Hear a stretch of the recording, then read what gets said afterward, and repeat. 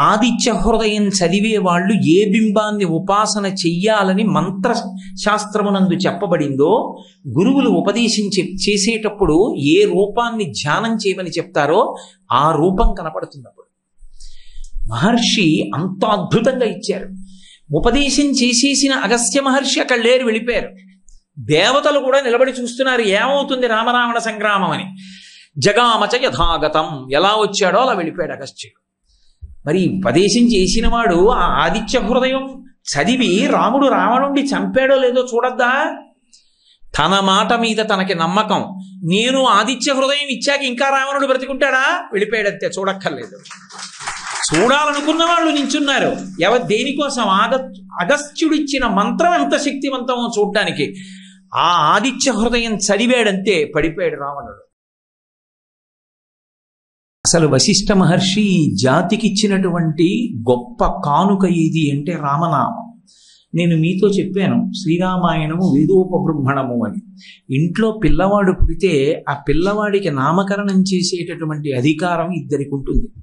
ఒకటి తాతగారికి. తాతగారు ఏ కారణం చేతనైనా సశరీరుడై ఉండకపోతే తండ్రి నిర్ణయం చేస్తాడు, లేకపోతే తాతగారిది అధికారం. తాతగారు కూడా ఎవరికి వశవర్తి అవుతాడంటే పేరు పెట్టేటప్పుడు ఎవరు పెట్టాలి అంటే ఒక్క గురువు గారే పెట్టాలి పేరు. గురువు గారికే ఆ శక్తి.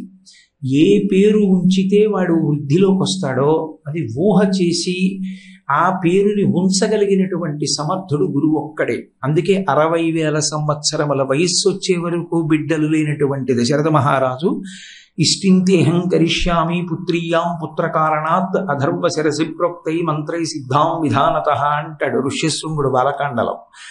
అంత కష్టపడి అశ్వమేధయాగం చేసి పుత్రకామేష్టి చేస్తే పుట్టినటువంటి రామలక్ష్మణ భరత శత్రుఘ్నులనబడేటటువంటి 4 కుమారులకు పేర్లను దశరథుడు ఉంచలేదు. కులగురువైనటువంటి వశిష్ఠుడు ఉంచాడు. వశిష్ఠుడు ఉంచినప్పుడు ఆ పేర్లు ఉంచడం ఎంత అద్భుతంగా ఉంచాడంటే ఏ పెద్ద పిల్లవాడి యొక్క నామాన్ని పలికినంత మాత్రం చేత సంసార తాగరాన్ని తరిస్తారో అంత గొప్ప నామాన్ని ఆ పెద్ద కుమారుడికి ఉంచాడు. అందుకే రామావతారం పరిసమాప్తమైందేమో కానీ రామనామము యొక్క శక్తి మాత్రం ఎప్పటికీ అలాగే ఉండిపోయింది. అది తారక నామం. మీరు కాశీపట్టణానికి వెడితే ఆఖరికి రిక్షాలో కూడా తోపుడు బళ్ళల్లో కూడా పడుకోబెట్టి తీసుకెళ్ళిపోతుంటారు శవాల్ని. తీసుకెళ్ళిపోతున్నప్పుడు ఎక్కడ చూసినా మీకు అదే వినపడుతుంది. రామ రామ రామ జై రామనాంకి అంటుంటారు. ఆ రామనామం చెప్తూ ఉంటారు, శవాల్ని తీసుకెళ్ళిపోతూ ఉంటారు. ఆ రామనామం అంత గొప్పది. రామనామము అలవాటు పడడం, రామనామం చెప్పడం, శ్రీరామనామం రాయడం సర్వోత్కృష్టమైనటువంటి విశేషం. చిన్న పిల్లలప్పటి నుంచి కూడా ప్రతిరోజు శ్రీరామ చుట్టకుండా ఏదీ కాగితం మీద వ్రాయకపోవడం, ప్రతిరోజు శ్రీరామనామం కనీసం కొన్నిసార్లైనా ఉచ్చరించడం ఎంతో శ్రేష్టమైనటువంటి జీవన విధానం. అంత గొప్ప నామాన్ని బ్రహ్మర్షి అయినటువంటి వశిష్ఠ మహర్షి ఉంచారు. రాముడి కొరకు కాదు, ఆ నామం పలికి మనం తరించాలి అని. అందుకే యుగాలు మారిపోయిన రామనామ వైభవం మాత్రం అలాగే ఉండిపోయింది.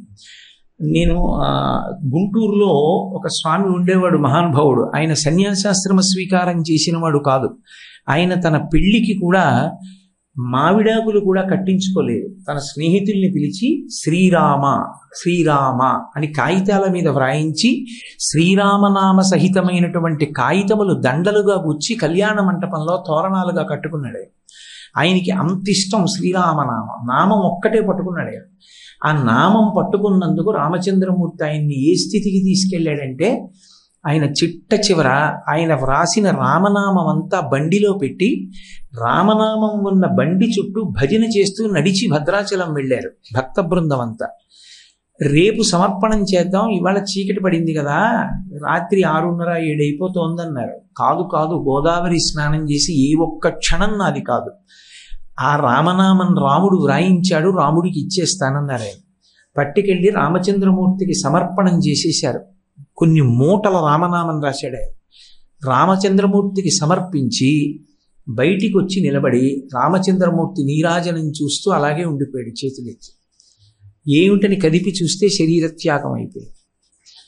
రాముణ్ణి నమ్ముకున్నవాడు ఎన్నడూ పాడవడు. నేను మీతో ఒక విషయం చెప్తాను, బాగా జ్ఞాపకం పెట్టుకోండి, చాలా తేలికగా మాత్రం తీసుకోవద్దు.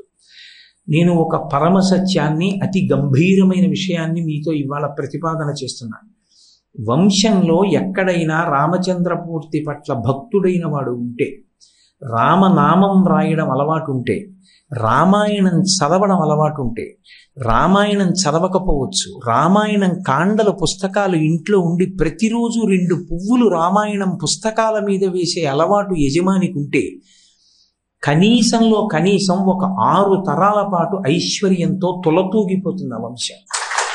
మళ్ళీ ఆ తర్వాత రామనామాన్ని అలా పట్టుకునేవాడు, రామాయణాన్ని పూజించేవాడు, రామచంద్రమూర్తిని స్మరించేవాడు ఆ వంశంలో వస్తే, ఆ వంశంలో ఉన్నటువంటి ఐశ్వర్యం తామర తంపర. అసలు వాళ్ళు దేని గురించి తడుకోక్కర్లేదు. నాకు సభాముఖంగా ఎలా చెప్పాలో అర్థం కావట్లేదు, ఎందుకంటే సభాముఖంగా కొన్ని పంచుకునేవి కావు. కానీ నాకు తెలుసు, నాకు బాగా అంతేవాసిత్వం వహించిన గోపాలకృష్ణ గారు లాంటి వాళ్ళకి తెలుసు, ఖచ్చితంగా చచ్చిపోతారు, బ్రతకడం ఎట్టి పరిస్థితుల్లో సంభవం కాదు. ఆక్సిజన్ మీద ఉన్నటువంటి వాళ్ళు తదేక దృష్టితో శ్రీరామాయణాన్ని విని తర్వాత 2-3 సంవత్సరములు బ్రతికేసిన వాళ్ళు స్వానుభవంలో నాకు తెలుసు. నేనే రామాయణం చెప్పిన చోట, అది నేను రామాయణం చెప్పానంటే నా గొప్ప కాదు, అది రామాయణం యొక్క గొప్పతనం, అది రామచంద్రమూర్తి గొప్పతనం. రాముడు తన వస్తువుని ఎప్పుడు పుదివి పట్టి కాపాడుతుంటాడు. నేను మీకు ఈ ఉపన్యాసాలు చెప్పిన ఈ వారం రోజుల్లోనే రాముడు ఒక సందర్భంలో నన్ను ఎంత రక్షించాడో నాకు తెలుసు, నా భార్యకి తెలుసు, 3వ మనిషికి తెలియదు. రాముడు రాముడే. నేను మీతో ఒక మాట చెప్తున్నా, రామ కార్యం మీద మీరు వెడుతున్నప్పుడు, రామాయణం చెప్పడానికి వెడుతున్నా, శ్రీరామచంద్ర ప్రభువుకి సంబంధించిన విషయం ఏదైనా మాట్లాడడానికి వెడుతున్నా, రాముడు ఎంత లెక్కలో పెట్టుకుంటాడంటే, అలా వెడుతున్న వారికి ఏదైనా చిన్న సౌకర్యాన్ని చేస్తే చాలు దృష్టిలో పెట్టుకుంటాడు. అందుకే అది సుందరకాండ పారాయణకాండ అయింది. కిష్కింధకాండ చివరిలో రెక్కలు కాలిపోయిన సంపాతి సీతమ్మ తల్లి దర్శనానికి ఎడుతున్నటువంటి వానర సమూహానికి సీతమ్మ లంకాపట్టణంలో ఉందని మాట సాయం చేసినంత మాత్రం చేత కాలిపోయిన రెక్కలు వచ్చాయి. మధ్యలో మైనాకుడు రెక్కలు తెగిపోతాయని భయపడినవాడు, సముద్రంలో దాక్కున్నవాడు, రామకార్యం మీద వెడుతున్నటువంటి స్వామి హనుమకి ఆతిథ్యం ఇస్తానని పైకి లేచినంత మాత్రం చేత ఉన్న రెక్కలు నిలబడ్డాయి. రెక్కలు నిలబడడము అన్న మాటకు అర్థం ఏమిటంటే భద్రత కలగడం. భద్రత కల్పించడంలో రామనామము, రామ కథ ఎంత బలమైనవో వర్ణించి చెప్పడమే సుందరకాండ యొక్క విశేషం. అందుకే శ్రీరామాయణంలో సుందరకాండ పారాయణకాండ. ఇప్పుడే నన్ను ఎవరో అడిగారు, రాధాకృష్ణ గారిలా ఉంది, రామాయణం ఎలా చదవాలి అని అడిగారు. రామాయణం చదవడానికి ఒక పద్ధతి ఉంటుంది. రామాయణం చదివేటప్పుడు మొట్టమొదట సుందరకాండ చదవాలి. సుందరకాండ చదివి బాలకాండ దగ్గరికి రావాలి. బాలకాండ మించి విడుతూ మళ్ళీ సుందరకాండ చదవాలి. అంటే శ్రీరామాయణం చదివేటప్పుడే సుందరకాండ పారాయణ జరుగుతుంది. 2 మాటలు సుందరకాండ చదివితే తప్ప శ్రీరామాయణాన్ని చదవడం పూర్తవదు. ఎందుచేత అంటే సుందరకాండలో రామచంద్ర ప్రభువు కనపడరు, చిట్ట చివర ఎక్కడో ఒక్కసారి కనపడతారు.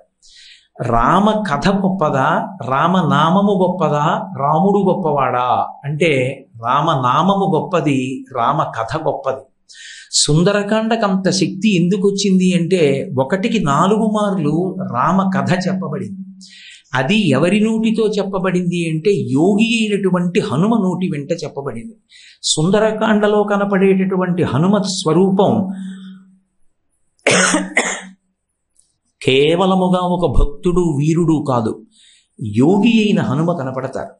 సీతమ్మ తల్లి దర్శనం చేసే వరకు ఉన్న హనుమ ఒకెత్తు, సీతమ్మ తల్లి దర్శనం అయిన తరువాత హనుమ ఒకెత్తు. సుందరకాండలో మీరు కావాలంటే చూడండి, సీతామాత దర్శనం అయ్యే వరకు హనుమ భయంగా ఉంటారు, చెట్ల ఆకుల్లో దాక్కుంటారు. ఆఖరికి సూర్యే చాస్తం గతే రాత్రౌ దేహం సంక్షిప్య మారుతి వృషదం శకమాత్రసన్ బభూవా అద్భుత దర్శన అన్నారు మహర్షి. పిల్లంత వారై అంతటా శోధన చేస్తారు సీతమ్మ కోసం. ఒక్కసారి సీతమ్మ తల్లి దర్శనమైంది. సుముహూర్తమివధ్యాత్వా భాష్ప పర్యాకులీక్షణ సీతామాశ్రిత్య తేజస్వీ హనుమాన్ విలలాపహ అన్నారు మహర్షి సుందరకాండలో. సీతమ్మ తల్లి దర్శనం అయ్యి అవగానే హనుమయందు మార్పు వచ్చేస్తుంది. ఇక ఆయన ఎవ్వరికీ భయపడరు. నేనెవరు అన్నది అడగకుండానే చెప్పడం మొదలు పెడతారు. జగిత్యతి బలో రామో లక్ష్మణశ్చ మహాబల రాజాజైతి సుగ్రీవో రాఘవేణాభిపాలిత దాసోహం కోసలేంద్రస్య రామస్య అక్లిష్టకర్మణ హనుమాన్ శత్రుసైన్యానాం నిహంత మారుతత్మజ నరావణ సహస్రం మే యుద్ధే ప్రతిఫలం భవేత్ శిలాభిస్తు ప్రహరత పాదపైశ్చ సహస్రశః అర్దయిత్వా పురీం లంకాం అభివజ్య చ మైథిలీం సమృద్ధార్థో గమిష్యామి విశతాం సర్వరక్షసాం అంటారు. అది జయమంత్రమైంది. సుందరకాండలో చాలా శ్లోకాలు మంత్రాలుగా మారిపోయాయి. అంత మంత్రాలుగా మారిపోయే శక్తి ప్రత్యేకించి సుందరకాండలో ఉండేటటువంటి శ్లోకాలకే వచ్చింది.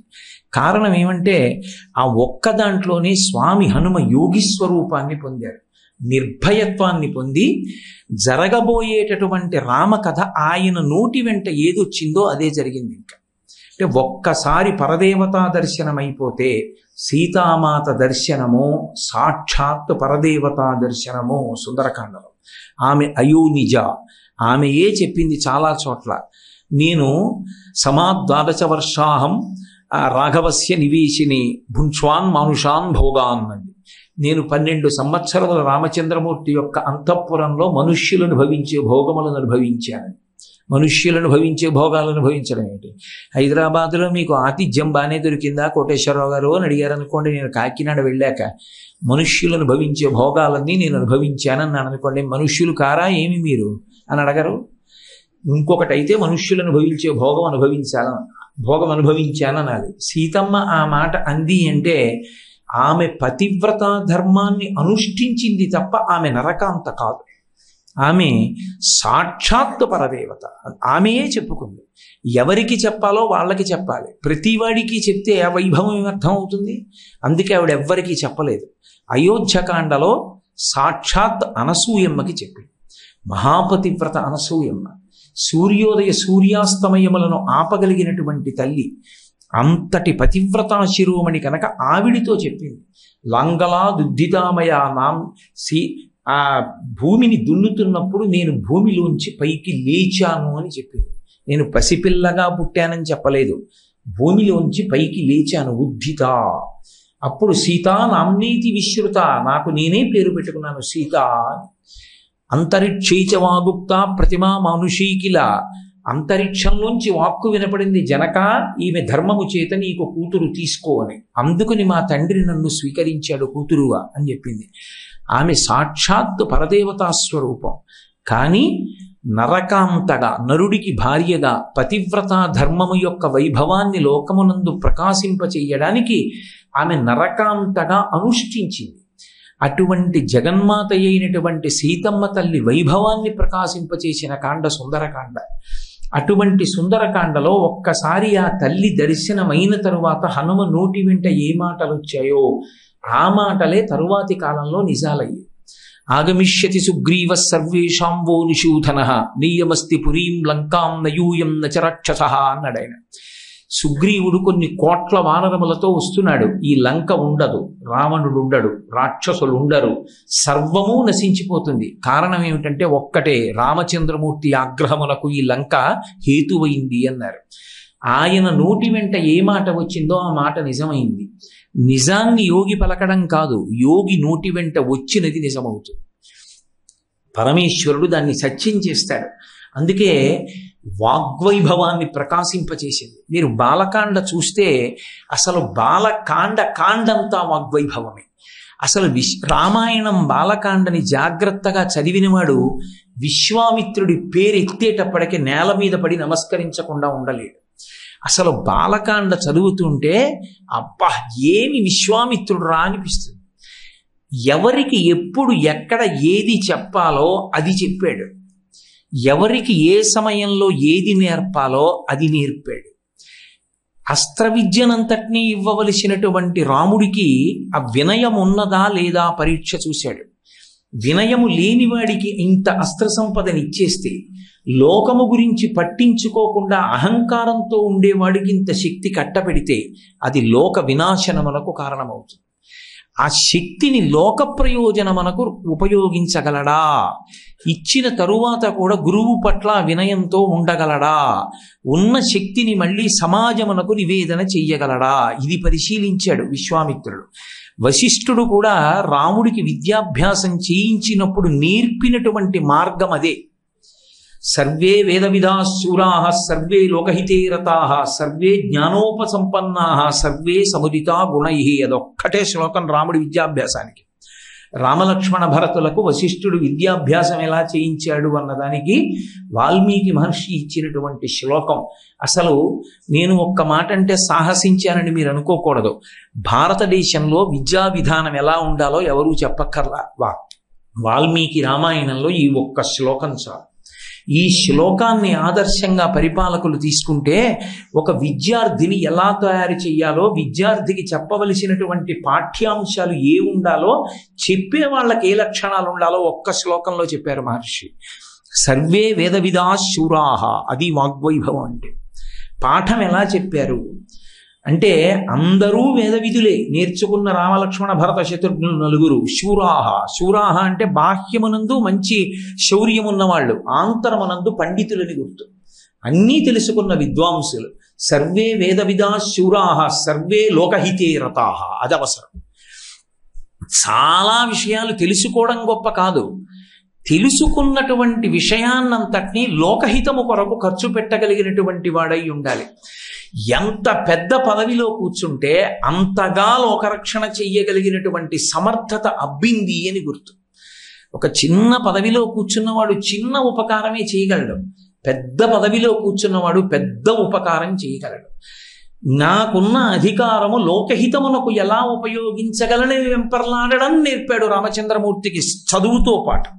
చదువు ఒక్కటి నేర్పి సంస్కారము నేర్పకుండా వశిష్ఠుడు ఉండలేదు. ఏది నేర్పుతున్న రాముడు మెట్టెక్కుతున్నప్పుడల్లా నేర్చుకున్నది లోకహితమునకు ఎందుకు పనికి రావాలో చెప్తూ వచ్చాడు. అది రాకపోతే ఎంత గొప్పవాడు కానివ్వండి, వాడు సమాజమునకు బరువైపోతాడు. అందుకే మహానుభావుడు సర్వేపల్లి రాధాకృష్ణన్ గారు మహావిద్వాంసుడు కనుక సెప్టెంబర్ 5వ తారీఖు ఆయన పుట్టినరోజు నాడు వెళ్ళి ఆయనకి పుష్పమాలలు వేస్తే ఆయన కోరుకున్నారు, నా పుట్టినరోజుగా చెయ్యకండి, టీచర్స్ డేగా చెయ్యండి అని. టీచర్స్ డేగా చెయ్యండి అంటే ఆయన ఉద్దేశం ప్రతి స్కూల్లోనూ ఆ టీచర్స్ డే చేసినప్పుడు ఎవరో బయట వాళ్ళని తీసుకొచ్చి అక్కడ పాఠం చెప్పే ఉపాధ్యాయులకు పూలదండలు వేయించి కాసేపు ఆ స్కూల్ గురించి ఆ విద్యా విధానం గురించి మాట్లాడి వెళ్ళమని కాదు. ఆయన ఉద్దేశ్యం ఏమిటంటే విద్యార్థులందరూ కూడా తమ కుటుంబానికి యజమానులైనటువంటి తల్లి తండ్రి పక్కన గురువు గారిని కూడా స్థానంలోకి నించోపెట్టడం అలవాటు కావాలి అని. గురువు గారిని కించపరిచి చూడడం, గురువు గారిని చిన్నతనం చేయడం, గురువు గారిని హాస్యానికి వినోదానికి వస్తువుగా చూపించడం ఉగ్రవాదం కన్నా భయంకరమైన నేరం. సమస్త జాతి నశించిపోతుంది. పిల్లలకు అది అలవాటైపోతుంది. ఎక్కడి నుంచి శీలం అబ్బుతుంది, ఎక్కడి నుంచి సంస్కారం అబ్బుతుంది.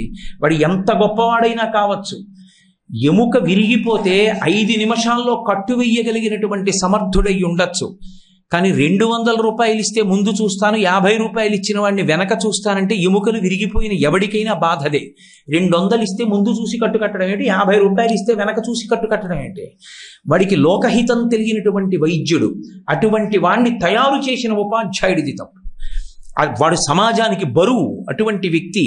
అందుకే ఒక విద్యార్థి శక్తి ఏమిటో లెక్క కట్టగలిగినటువంటి వాడు గురువు. ఉదారుడై లెక్క కడతాడు. ఎవడూ పాడైపోవాలని ఉపాధ్యాయుడు కోరుకోడు, గురువు కోరుకోడు. వర్షం పడితే ఎలా పడుతుందో గురువు పాఠం చెప్తే అలాగే చెప్తాడు. అందరికీ అందాలని చెప్తాడు. శక్తి యందు భేదమున్న చోట ఒక్కొక్కడు బాగా రాణించలేడు. రాణించినప్పుడు అందరూ ఏదో పెద్ద పెద్ద పదవులకే వెళ్ళాలి, పల్లకీల్లోనే కూర్చోవాలనుకుంటే ఇబ్బంది పడిపోతాడు. వాడు నిరాశ చేత కొట్టబడతాడు. అందుకే తల్లిదండ్రులతో పాటుగా గురువు గారిని కూడా కుటుంబ పెద్దగా విద్యార్థి ఆదరించడం అలవాటైతే, గురువుగారు నాకున్న శక్తికి నేనేం చదువుకుంటే బాగుంటుంది, నేనేం అవుతాను అంటే, నాన్న నువ్వు మంచి శీలం ఉన్నవాడివి, నీ మీద ఎవడైనా ఆధారపడచ్చు. ఎవడు ఆధారపడినా తప్పు త్రోవలో నడిపించవు. నువ్వు గుమాస్తాగా ఉండు, కారు డ్రైవర్గా ఉండు, ఆఖరికి రూమ్ బయట ఫైలు పట్టుకొచ్చే ప్యూన్గా ఉండు. ఎవరిగా ఉన్నావన్న దానిని కాదు, నువ్వు ఉన్నావంటే లోపల ఉన్నవాడు నమ్మకంగా ఉంటాడు. అంత విశ్వాసము నీ దగ్గర ఉంది కాబట్టి. కానీ నీకు పెద్ద చదువు చదివే దక్షత లేదు, అందుకు నువ్వు ఇదిగో ఇలా చదువుకుని ఈ స్థానంలో రాణించు అని గురువు చెప్పగలడు. ఎందుకంటే విద్యార్థి యొక్క శక్తి గురువు తెలుసుకుని ఉన్నవాడు. ఆ గురువుని తల్లి తండ్రి పక్కన స్థానం ఇచ్చి గౌరవించిన నాడు విద్యార్థులు గురువుని తల్లిదండ్రుల కన్నా కూడా అధికంగా అథవా సమానంగా చూసి గౌరవిస్తే సమాజం ఎంత ఉన్నత పథంలో ప్రయాణిస్తుందో, విద్యార్థులందరికీ ఎంత చక్కటి మార్గదర్శనం దొరుకుతుందో మీరు ఆలోచించండి. దార్శనికుడైనటువంటి సర్వేపల్లి రాధాకృష్ణన్ గారు కలకన్నాడు మహానుభావుడు, ఈ దేశం విద్యా విధానం అలా ఉండాలి అని. అంటే ఒక సూర్యుండు సమస్త జీవులకు తానొక్కొక్కడై తోచుపోలిక ఏ దేవుడు సర్వకాలము మహాలీలన్ అంటాడు పోతన గారు భాగవతంలో. ఒక్క సూర్యుడే అందరికీ, ఎవరికి వాడే మా సూర్యుడే అనిపిస్తాడు. అలా ఒక్క పాఠం చెప్పిన గురువుగారు ప్రతి పిల్లవాడికి కూడా మా గురువుగారే నాకు దక్షుడు, నా భవిష్యత్తు చెప్పగలిగిన వాడు, నేనేమవాలో చెప్పినటువంటి మహానుభావుడు అన్న గౌరవం నాటుకుపోయేటట్టుగా అనుబంధం ఏర్పరచడానికి సంవత్సరానికి ఒక్కరోజు ఈ కార్యక్రమాన్ని చేపట్టండి, ఆ అనుబంధం ఏర్పరచండి అని ఆయన చెప్పాడు. సరే, ఏదైనా సరే ఒకలా చెప్తే ఒకలా వాడుకోవడం అలవాటైపోయిన స్థితిలో మనం ఉన్నాం కాబట్టి ఇప్పుడు అది ఎలా నడుస్తోందన్న దాని గురించి నేను మాట్లాడడానికి సిద్ధంగా లేను. కాబట్టి మాట చెప్పడం అన్నది ఎంత శక్తివంతం అంటే, రాముడు అంత గొప్ప శీలము కలిగిన వాడు ఎందుకు అయ్యాడు, రాముడు దేవుడు కాబట్టి అయ్యాడు అన్న మాట నేను ససేమిరా అంగీకరించాను. నరుడిగా పుట్టాలని కోరుకున్నాడు కాబట్టే కౌసల్య గర్భవాసం చేసి 12 నెలలు కడుపులో ఉండి బయటికి వచ్చాడు. నరుడైతే తప్ప రావణ సంహారం చెయ్యలేడు. తతశ్చ ద్వాదశే మాసే చైత్రే నావమికే తిథౌ నక్షత్రేది దైవచ్చే సోచ్ఛ సంస్థేషు పంచషు గృహేషు కర్కటే లగ్నే వాక్పతాం బిందునా సహా ప్రోద్యమానే జగన్నాథం సర్వలోక నమస్కృతం అన్నారు మహర్షి బాలకాండలో. 12 నెలల కౌసల్య గర్భవాసం చేసి ప్రభవించినటువంటి సర్వలోక జగన్నాథుడైనటువంటి శ్రీ మహావిష్ణువు 16 అణాల నరుడిగా ఈ లోకంలో ప్రవర్తించినప్పుడు ఇంత శక్తినిచ్చేటప్పుడు ఆ శక్తితో పాటు ఏమివ్వాలో తెలుసుకుని ఇచ్చారు గురువులు. ఎలా ఇచ్చారు అంటే, కేవలం పాఠం చెప్పేసి మంత్రశక్తినిచ్చేసి ధనుర్వేదాన్ని నేర్పేయడం కాదు, ఇది ఉన్నందుకు ఎంత రక్షకుడుగా నిలబడాలో నేర్పారు. ఒకనాడు గురుస్థానం అంటే అలా ఉండేది. తనని చంపేవాడు దృష్టజ్యుమ్నుడని తెలిసి పాఠం చెప్పినవాడు ద్రోణాచార్యుల వారు. తన కొడుకు అని తెలిసి కూడా అశ్వత్థామకి చెప్పకుండా అర్జునుడికి బ్రహ్మాస్త్రం నేర్పాడు ధర్మం కోసం. ఒకనాడు గురువు అంటే ఆ స్థానంలో అలా నిలబడేవాడు నిష్పక్షపాతంగా. రామచంద్రమూర్తికి వశిష్ఠుడు పాఠం చెప్పినా అలా చెప్పాడు, సర్వే వేద విధశూరాః సర్వే లోకహితే రతాః సర్వే జ్ఞానోపసంపన్నాః.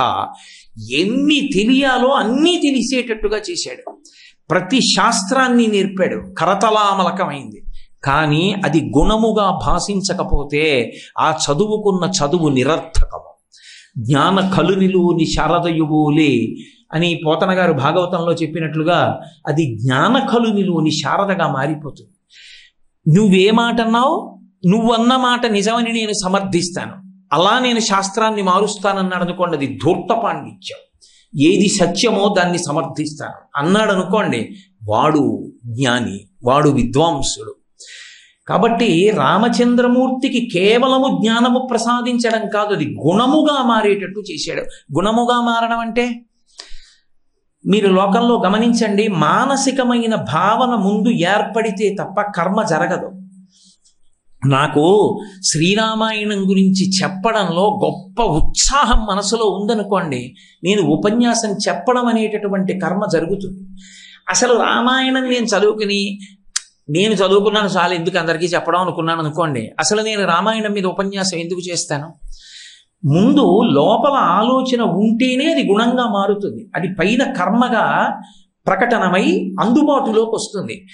లోపల మనస్సు యందు ఎప్పుడెప్పుడు ఏ అవసరంగా గుణంగా మారి లోకహితము కొరకు ప్రకటనమయ్యేటట్టుగా మనసు అధ్యవసాయ బుద్ధితో తయారు కావాలో అలా వండి తయారు చేశాడు వశిష్ఠుడు. అంటే మనస్సుకి అంత ఆర్ద్రతని కల్పించాడు. అందుకే అంతటి కారుణ్యమూర్తి. నిజానికి దశావతారాల్లో రామచంద్రమూర్తి చంపినంత మందిని ఏ అవతారం చంపలేదు. కానీ రామచంద్రమూర్తికి ఒక్కడికే కొన్ని పేర్లు ఉన్నాయి, వీరరాఘవ, విజయరాఘవ అని. ఎప్పుడూ కోదండం పట్టుకు నిలబడతాడు. అలా నిలబడినా కూడా ఆయన కన్నుల వంక చూస్తే చాలు ఆనందం. తక్కువేమి మనకు రాముండొక్కడుండు మరకు అంటాడు రామదాస్ గారు. ఆ రామచంద్రమూర్తి పేరెత్తేటప్పటికీ మనకి రక్ష అని నమ్మకం. చంటి పిల్లవాడు, వాడికి ఏం తెలుసు, వాడికి ఏం తెలియదు.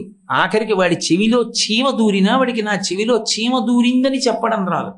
తన చెయ్యి తీసి ఇలా చెవిలో వేలు పెట్టుకోవడం కూడా రాదు. ఆ చెయ్యి వెళ్ళదు, వేలు ఆ చెయ్యి ఎటో పోతుంటుంది ఇలా. అందుకే పిల్లలకి స్నానం చేయించగానే వాడికి అనుష్ఠాన బలం లేదు కాబట్టి, తనంత తాను అనుష్ఠానం చేసుకోలేడు కాబట్టి తల్లి రక్ష పెడుతుంది. ఆ మిగిలిన జలంతో 3 మార్లు తిప్పి శ్రీరామ రక్ష, 5వ తనం 100 ఏళ్ళు ఆయుష్ అంటుంది. ఆ నీటి చుట్టూ తిప్పి శ్రీరామ రక్ష అని ఒక్క మాట అంటే చాలు, రామచంద్ర ప్రభువు యొక్క అనుగ్రహం కలుగుతుంది. అంత మహానుభావుడు రామచంద్రమూర్తి. ఆనాటి నుండి ఈనాటి వరకు కూడా రామచంద్రమూర్తి యందు అన్ని గుణములు ప్రకాశించి భక్తుల చేత జేజేలు పొందుతున్నాడంటే అలా తయారు చేసినటువంటి వాళ్ళు వశిష్ఠుడు, విశ్వామిత్రుడు. ఎంత గొప్పగా మాట్లాడారో మీరు రామాయణం చదవాలి. నేను అందున ఆఖరి రోజు ఉపన్యాసం ఎంతకని చెప్పగలను. పిల్లలకి పెళ్లి చెయ్యాలనేటటువంటి ఆలోచన ప్రతి తల్లికి తండ్రికి ఉంటుంది. కానీ పిల్లడికి పెళ్లి చెయ్యాలని దశరథ మహారాజు సంకల్పం చెయ్యగానే విశ్వామిత్రుడు వచ్చాడు. అసలు వైవాహిక జీవితం అంటే ఏమిటో, భార్య అంటే ఏమిటో, భార్య పరమేశ్వరుడు ఇచ్చిన ఎంత అపురూపమైన బహుమానమో, భార్యాభర్తల మధ్య జీవితం అంటే ఎంత సున్నితంగా ఎంత అందంగా ఉండాలో, భార్య పురుషునకు ఎంత గొప్ప శాంతి స్థానమో ఎంత కీర్తి స్థానమో రామచంద్రమూర్తికి చెప్పకుండా చెప్పాడు విశ్వామిత్రుడు. రామా, భార్య అంటే ఏమనుకుంటున్నావు అంటే, ఇప్పుడు నాకెందుకండి అనొచ్చు రాముడు. అందుకే అలా అనలేదు. కావాలని తీసుకెళ్లేవాడు కొన్ని ప్రదేశాల మించి. తీసుకెళ్లేటప్పుడు అందమైన మాట ఒకటి చెప్పి శ్రీరాముని యందు ఉత్సాహం కల్పించేవాడు. రామ, నేను గౌతమాశ్రమం మించి వెడుతున్నాననేవాడు. అంతే, ఏమీ మాట్లాడేవాడు కాదు. ఆశ్రమం కనపడేది ఒక్క మృగం కనపడేది కాదు, ఒక జపం కనపడేది కాదు, ఓ బ్రాహ్మణుడు కనపడేవాడు కాడు, ఓ శిష్యుడు లేడు, ఓ గురువు లేడు. ఆశ్రమం అంతా చిన్నబోయి ఉంది నిర్మానుష్యంగా. రాముడు అడిగేవాడు, గురువుగారు ఎందుకు ఈ ఆశ్రమం ఇలా ఉంది, నిర్మానుష్యంగా ఉంది అని అడిగేవాడు. రామా, కూర్చో చెప్తాను అని ప్రారంభం చేసేవాడు. నిజంగా వైవాహిక జీవితం అంటే ఏమిటో చెప్పాడు.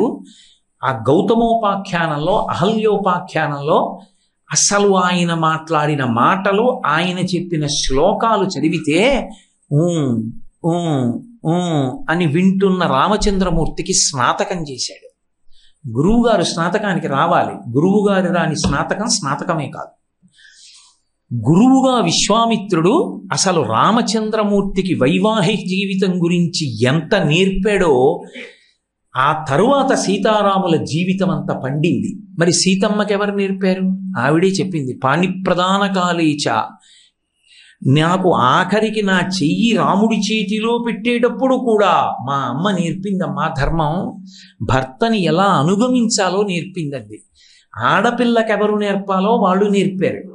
వీళ్ళిలా నేర్పారు గొప్పవాళ్ళని మహర్షి కితాబులు ఇవ్వరు. మీరు అసలు రామాయణం చదవాలి. చదువుతుంటే అసలు నేనైతే అంటాను, ఒక పెళ్లి కొడుకు అయ్యేటప్పుడు శ్రీరామాయణం బాలకాండ చదవకుండా పెళ్లి చెయ్యకూడదు.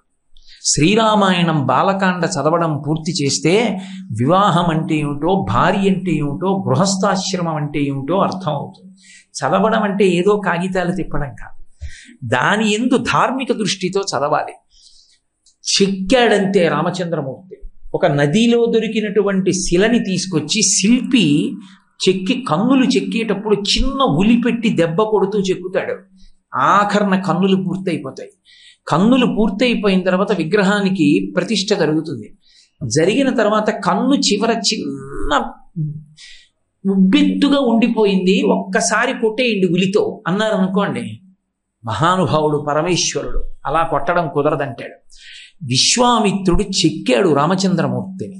ఇవాళ మనందరం పూజించి తలుచుకునేటటువంటి రామచంద్రమూర్తిని చెక్కినటువంటి ఘనత విశ్వామిత్రుడిదే. మీరు బాలకాండ చదివితే నాతో పరిపూర్ణంగా అంగీకరిస్తారు. శ్రీరామాయణమంతా గురువుల వాగ్వైభవమే. ఎక్కడెక్కడ అవసరమో అక్కడక్కడ గురువు జోక్యం చేసుకున్నాడు రాముడి జీవితంలో. ఒక్క కారణానికే జోక్యం చేసుకున్నాడు. గురువు యందు రామునకున్న భక్తి అటువంటి. గురువుని మించిన శక్తి ఈ ప్రపంచంలో ఇంకొకటి లేదు. అది గురువు యందు ఉంటుంది అనుకోవడం తప్పు. గురువు యందు ఆ శక్తి ఉంటుంది కాదు, నీ గురి వలన గురువు యందు చేరుతుంది. నీకు గురి లేనప్పుడు అవతలవాడు ఎంత గొప్పవాడైనా ఆయన గురుత్వము నిన్ను రక్షించదు. నీకు గురి ఉంటే అది బండరాయి అయినా గురువు అయి నిన్ను కాపాడేస్తుంది. ఎందుచేత అంటే నీ గురి వలన అవతలవాడు గురువు తప్ప, నీకు గురి లేనప్పుడు అవతలవాడు ఎంత గొప్పవాడైనా గురువు కాలేడు. శంకర భగవత్పాదులు ఇటు నించున్నారు స్నానం చేస్తూ. పద్మపాదాచార్యుల వారు బట్టలు తెచ్చి శంకరాచార్యుల వారికి ఇచ్చి అవతల ఒడ్డులో స్నానం చేస్తున్నారు. స్నానం చేసి ఎందుకో శంకరాచార్యుల వారు ఇలా చూసి ఇలా రా అన్నారు శిష్యుణ్ణి.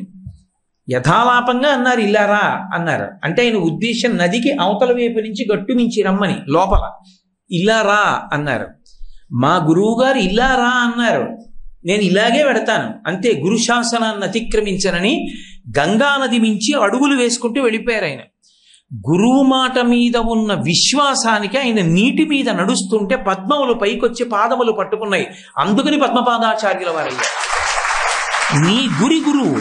ఆ గురి లేనప్పుడు అవతలవాడు గురి కాలేడు. రాముడి శక్తి అంతా ఎక్కడుంది అంటే గురువుల పట్ల ఆయనకున్న గౌరవం అటువంటిది. ఎక్కడైనా మాట్లాడతాడు.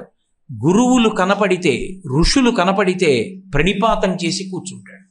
మీరు రామాయణం చదవండి, రాముడు మాట్లాడడం ఆగిపోతుంది, ఇక మాట్లాడడం. మీరు బాలకాండ చదవండి, అయోధ్యకాండ చదవండి, ఒక్క మాట మాట్లాడడం. ఎప్పుడు గురువు గారు మాట్లాడుతుంటే వినడమే. ఒక మాట మాట్లాడి గురువు మాట్లాడేటట్టు చేస్తాడు. ఒకే మాట అడుగుతాడు, ఈ గంగ భూమి మీదకి ఎలా వచ్చింది గురువుగారు అంటాడు. అంతే. విశ్వామిత్రుడు గంగావతరణం చెప్తాడు, అస్సలు పరవశించిపోతాం. అంతే. అడిగాడు కాబట్టి గంగావతరణం చెప్పాడు. షణ్ముఖోత్పత్తి ఎలా జరిగింది గురువుగారు, పార్వతీ కళ్యాణం ఎందుకు జరిగింది అంటాడు. షణ్ముఖోత్పత్తి చెప్పాడు కాబట్టి ఇప్పటికీ గర్భిణీ స్త్రీలకి షణ్ముఖోత్పత్తి శ్రీరామాయణం బాలకాండలో పెద్ద వరమై కూర్చుంది. అడిగే శిష్యుడు, చెప్పే గురువు వలన శిష్యుడు ఎంత తీర్చిదిద్దబడతాడో అసలు రామాయణం చదివితే అర్థం అవుతుంది. అది రాముడి జీవితంలో ఎంత దూరం వెళ్ళిపోయిందంటే, ఎప్పుడెప్పుడు కష్టం రానివ్వండి అప్పుడప్పుడు ఒక ఋషి, ఒక గురువు ఆదుకుంటూ ఉంటాడు వాక్కు ద్వారా. మీకు చూడండి, సీతాపహరణం జరగాలి. సీతాపహరణం జరిగితే తప్ప రాముడు రావణ సంహారం చెయ్యడు.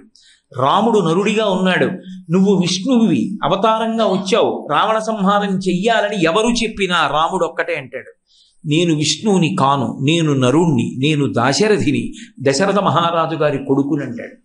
యుద్ధకాండ అయిపోయాక కూడా ఇంద్రాదులతో అదే మాట చెప్పాడు. ఆయన నరుడిగానే ఉన్నాడు. మరి అటువంటి నరుడికి అసలు వచ్చిన అవతారం రామావతారం రావణ సంహారం కొరకు కనుక రావణ సంహారం అయ్యేటట్టుగా చెయ్యాలంటే ఏం చెయ్యాలి? మహానుభావుడు రామాయణాన్ని మలుపు తిప్పినవాడు తన మాటతో అగస్త్య మహర్షి. మీరు అరణ్యకాండ చదివితే అర్థమవుతుంది. అగస్త్య మహర్షి ఆశ్రమానికి వెడితే ఒక గురువు వైభవం అంటే ఏమిటో అగస్త్యాశ్రమాన్ని చూస్తే తెలుస్తుంది. నేను అందుకే ఇప్పటికీ తిరుపతి వెడితే కొండ మీద వెంకటేశ్వర స్వామిని చూడడం నాకు ఎంత ఇష్టం.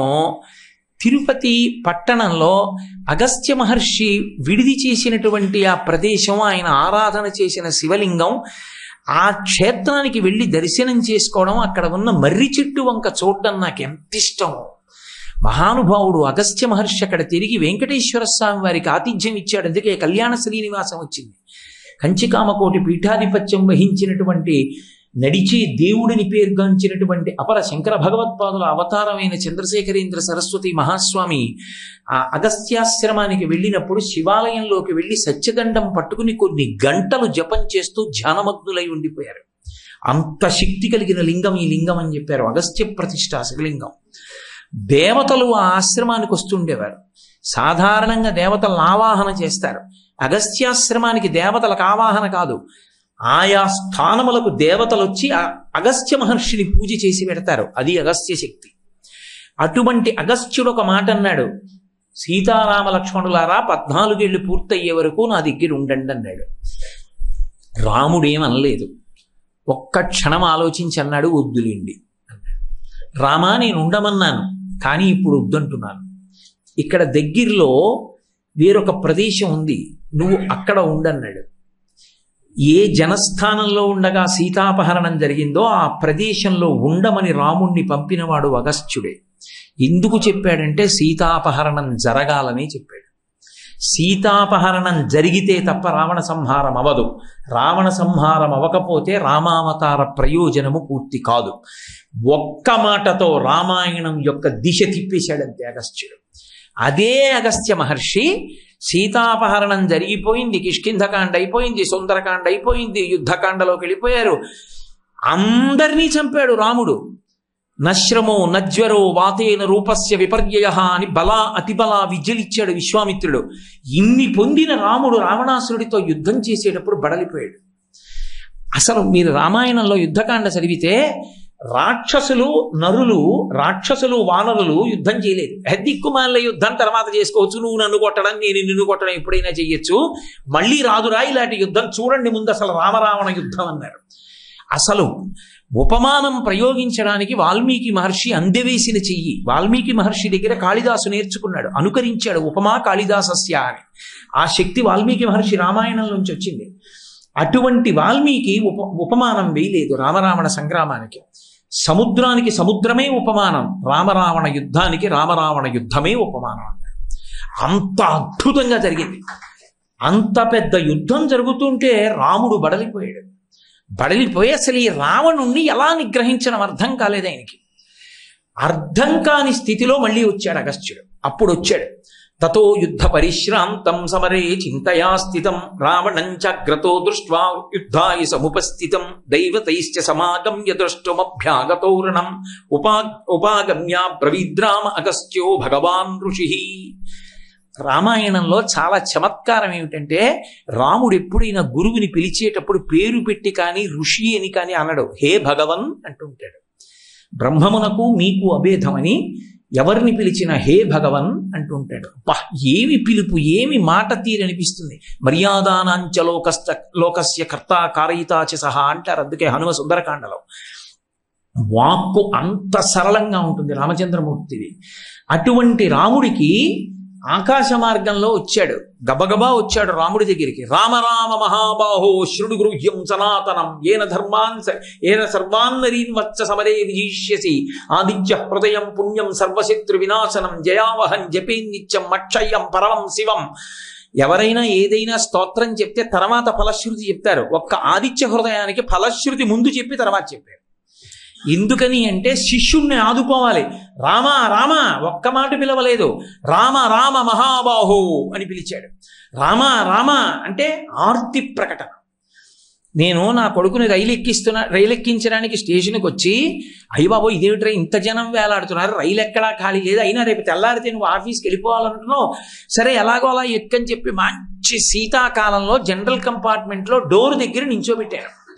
వాడు ఎక్కి, నాన్నగారండి మీరు ఇంటికి వెళ్ళండి, నేను ఎలాగో అలా లోపలికి ఎడతానులేండి, మీరు బెంగ పెట్టుకోకండి సుమా అంటున్నాడు. ఇంతలో ఎవరో వచ్చి నా కాళ్ళకి దండం పెట్టారు. అయ్యా ఎవరన్నాను. నల్ల కోట్ వేసుకుని టీటీఈ వచ్చి నమస్కారం పెట్టి, అయ్యా మీరు హైదరాబాద్ వస్తున్నారా అన్నాడు. లేదండి నేను రావట్లేదు, మా అబ్బాయి వస్తున్నాడు. ఎక్కడున్నాడు మీ అబ్బాయి అన్నాడు. అగో జనరల్ కంపార్ట్మెంట్ ఎక్కించానండి, ఎక్కడా చోట. అయ్యో మీ అబ్బాయిని జనరల్ కంపార్ట్మెంట్ ఏంటండి, నా కోచ్ ఎక్కించండి, నా సీట్లో కూర్చోబెడతాను అన్నాడు. ఇప్పుడు నేను మా అబ్బాయి దగ్గరికి వెళ్ళి పిలిస్తే ఏమని పిలుస్తాను?